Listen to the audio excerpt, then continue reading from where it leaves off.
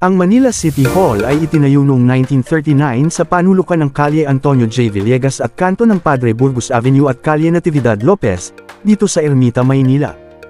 Makaraan ang 4 na taon, noong ika-19 ng Agosto taong 1941 ito'y binuksan sa publiko bilang bulwagan ng lungsod ng Maynila. Ang disenyo ng gusaling ito ay may magkakatulad na bintana sa lahat ng panig, na dinisenyo ni Antonio Toledo. Ang parehong arkitekto na nagtayo ng Finance at Old Legislative Buildings na parehong katabi ng City Hall. Subalit isa rin ang Manila City Hall sa may pinakamalalang sinapit na pagkasira noong ika-2 digmaan pandaigdig.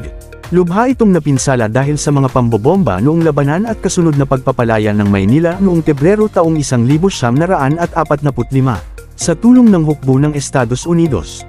Ang Philippine Commonwealth Army at ang pamahalaang lungsod, ang City Hall ay muling itinayo, bagaman hindi sinunod ang orihinal na mga plano.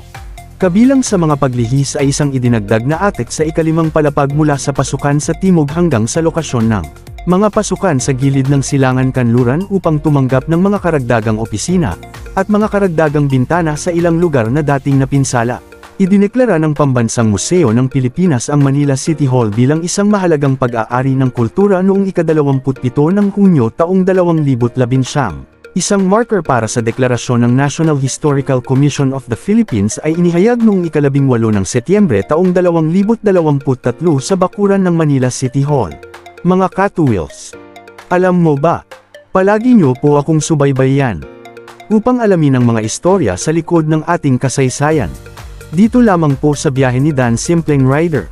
Alam mo ba?